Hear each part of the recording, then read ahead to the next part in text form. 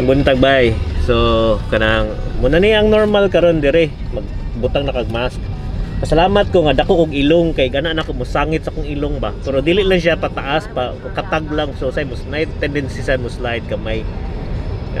Mo to si Laura. Si Laura drive karon. So ako relax lang ko rin. Chill. Padong mi ngadto. So by Domingo karon bay nya kanang stricto na karon kay kanang dapat nakamask na karon gawas kundi makabayad kag basiro makabayad kag $200 mahal kay na bay mo gid para ko skarahe ron tambay ba chill kay ang garahe makahugaw-hugaw ra ka makaunsan sa karing limpyo medyo tugnaw lang siya pero okay ra man siya ang vlog ko gamit aning kamera fighter ada deh. Ay. Indot keng panahon karon bay kanang indot keng sun ini indot keng sunny ba nya indot kayo nya kanang abli na mong kuan among bildo sa balkon ni nya kanang fresh air lamig nga fresh air ana pero karong mga alas 6 kay stage 4 na mi sa lockdown na mga curfew 1 hour to exercise lang daghan kayong mga restrictions kay disaster na daw kay daghan na gyud kayong naga-coronavirus. Daghan kayong mga balungon. Moto. Magdadali pa ko gadto sa shops karon kay mga last things to get. Stay safe. Ay lagi mo papadlong. Palagi na lagi mo. Kamusta di sa Cebu? Kamu di sa ubang lugar. Sige, bye-bye.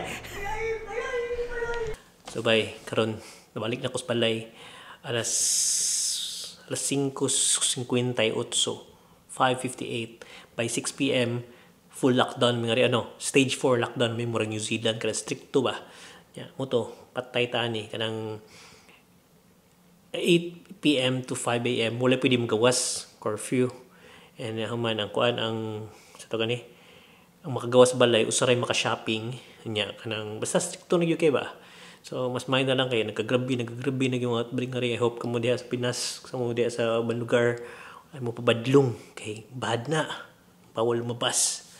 Muna siya. So, every time gawas mo ko, mag-shower mo ko. So, karon di ka na sa shower. Kaduhan na akong shower. And, yeah, mura to. Pero, rest assured, ang best na tumuhatong karon is mag-stay na lang sa balay, mag-busy-busy na sa balay. Ganina, niyot king weather. Hayag kay ba? Naka-open mga doors. Pero ganahan ta ko mag-video kung sa mag-put more vlogs pero na-busy ako sa mga stuff.